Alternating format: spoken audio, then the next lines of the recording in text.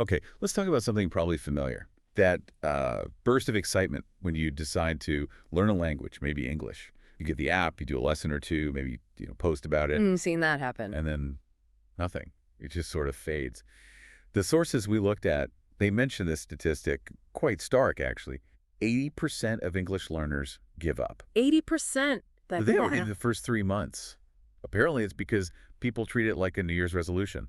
All in on day one, totally gone by day 30. Yeah, that rings true. The classic resolution flame out. So if you've tried, maybe bought those apps, and you're wondering why it keeps fizzling out, and more importantly, how to make it stick this time.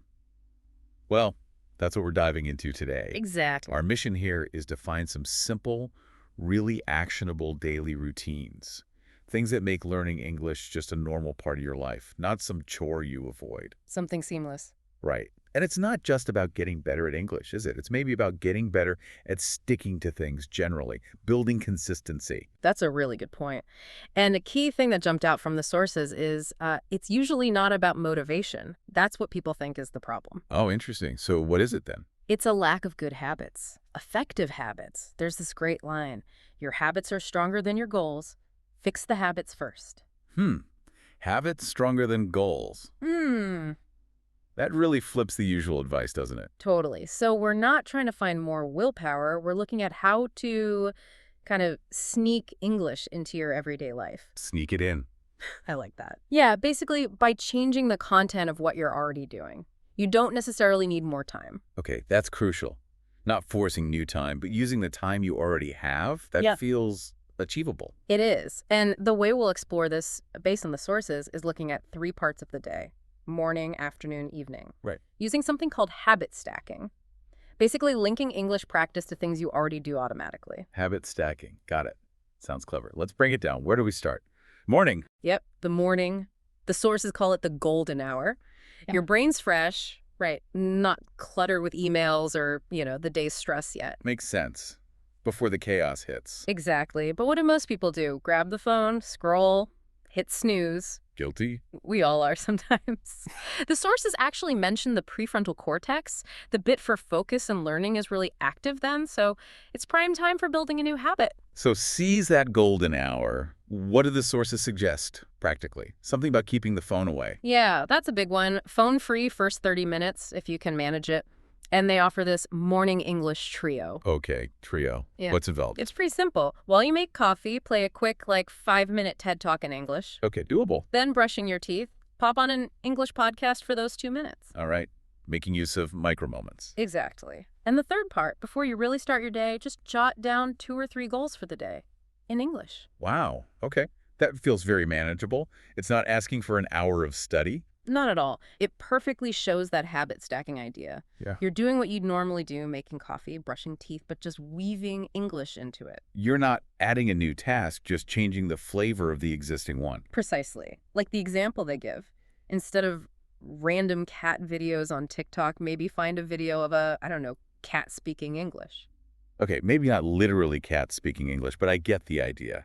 Purposeful entertainment. Right. It uses enjoyment, makes it feel less like study, more like fun, which helps you actually stick with it. That makes sense. Okay, so morning is covered.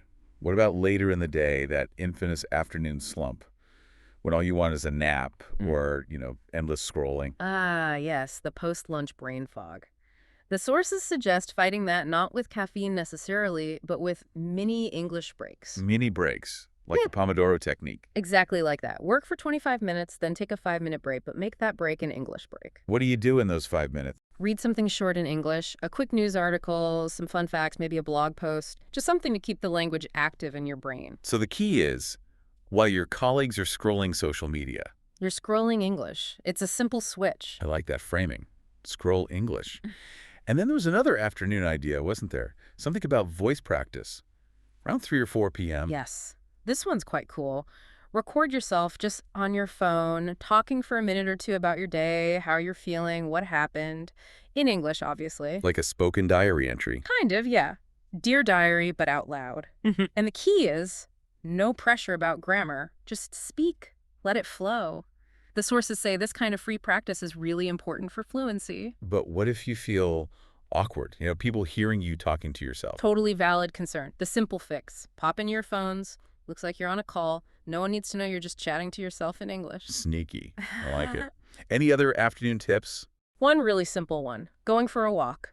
Put on an English podcast. Turns a simple walk into listening practice. Beats just, traffic noise. Makes the walk feel doubly productive. Yeah. Okay, good. So that gets us through the afternoon. What about the evening when you just want to relax? Well, right, the chill mode part of the day. Yeah. And the sources are clear. This isn't about banning Netflix. Okay. It's about switching to English Netflix or whatever streaming service you use. Yeah. Replace the shows you watch in your native language with English ones. Maybe start with just 30 minutes of a fun series. Put on English subtitles if you need them. Or rewatch something you love. Even better. Rewatching something familiar in English is great. Your brain already knows the plot, so it can focus more on the language. The sources mention this actually leverages existing enjoyment pathways, makes learning feel less like effort. Using familiarity to your advantage. Clever. And another really neat idea for the evening. Weave English into your hobbies. How so? Well, say you enjoy cooking. Find a recipe online in English. Follow the instructions in English. So you get listening or reading practice and dinner. Exactly. 2 birds, 1 stone. Find ways to do what you love, but do it in English. That's brilliant. Very practical. What about winding down with family? There's a lovely suggestion for that. End the day together, maybe around the dinner table or before bed, and everyone shares just one thing they're grateful for in English. Simple, positive, and a little bit of practice. I like that. Connects language practice with positive emotion. Okay. And then for the very end of the day, the real wind down. 2 main things suggested. First, a bit of English journaling, but super low pressure, like 5 short sentences. Sentences. That's it. Yep. What you did, how you felt, maybe 1 small win from the day, just 5 sentences. Helps your brain sort of summarize the day using English. Really helps consolidate things. Doesn't sound overwhelming at all. What's the second thing? Reading. Just 10 minutes. A book, a comic. Something calm, definitely not more scrolling. Right. Calm words. Why reading specifically? The idea is your brain is winding down, resting, but it can still absorb language passively through reading calm material. Less pressure than active study. Okay. And wasn't there one final, slightly unusual tip? Yes. For falling asleep, try using an English meditation app. Meditation. In English. While falling asleep. Yeah, you get the relaxation benefit, plus your ears are getting trained to English sounds even as you drift off. The source is literally called Sleep plus English, the best combo. Passive learning at its peak. Wow, okay. That's a full day packed with, well, sneaky English. Pretty much. Woven in, not forced in. So let's pull back a bit. We've got these routines for morning, afternoon, evening. What are the big underlying principles that make this work? You mentioned consistency. Absolutely key. That's probably the biggest one. Consistency beats intensity. Every single time. Doing 15 minutes every day is so much better than trying to cram for 2 hours once a week on a Sunday. I've definitely fallen into that trap before, planning a huge study session that just never quite happens or feels overwhelming. Exactly. That inconsistency is killer. So the question for you listening is, are you aiming for massive, infrequent bursts or small, steady steps? The small steps win. Small steps win. Got it. And the other big mindset shift you mentioned earlier was about mistakes. Right. Stop seeing them as failures. The sources say mistakes are just data. Data. How so? Every time you make a mistake, like maybe saying I late instead of I am late, it's not failure. It's information. It tells you what you need to work on. You're basically a researcher in your own language experiment. A walking English experiment. Yeah. I like that reframing. It takes the fear out of it. It really does. But, for someone who's always been scared of making mistakes, the first step is just allowing yourself to play with the language. Know that imperfect attempts are actually useful feedback. Play with it. Get data. Okay. And link that to starting small. Yes. Don't try to implement all these routines at once. Pick one small thing, maybe just 5 minutes of English reading when you open your emails, or 5 minutes of listening before a meeting you're nervous about. Lower the barrier so much it feels easy to start. Exactly. What's one tiny, almost trivial 5-minute slot you could claim for English today? Good question to ask yourself. And what about sticking with it? Even small habits can fade. Accountability. Crucial piece. The sources really stress finding an accountability partner. Someone to check in with. Yeah, someone who knows your goal. They can just check in, remind you, maybe even give you a friendly nudge if you miss a day. That little bit of external pressure or support makes a huge difference. It does. It's harder to skip when you know someone might ask you about it. Definitely. So, consistency, viewing mistakes as data, starting small, staying accountable. These are powerful principles. But then there's the final, maybe toughest point. Ah, yes. The knowing isn't doing part. Right.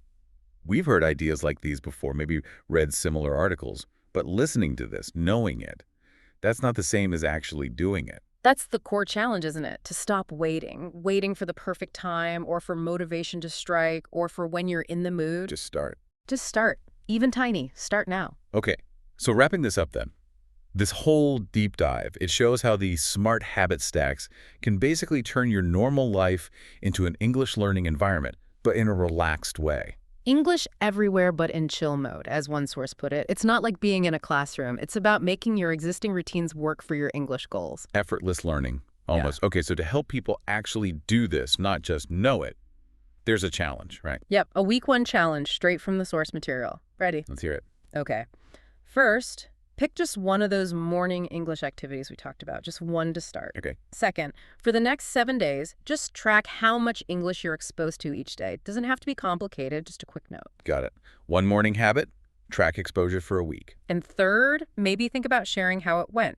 Could be online, maybe use a hashtag like hashtag daily English habits, or honestly, just write it down for yourself. Reflecting helps solidify it. Nice, concrete challenge. One habit, track it, reflect. Yes. All right. And as we finish, we always like to leave people with a final thought, something to chew on. Okay, here's one building on everything we've discussed. If we accept that fluency comes from daily habits, these small, consistent actions, and if we accept that mistakes are just data for our own personal research, then what existing daily routine, something you do every single day without fail, no matter how small or boring it seems, what routine are you still overlooking? What could be your next tiny English laboratory?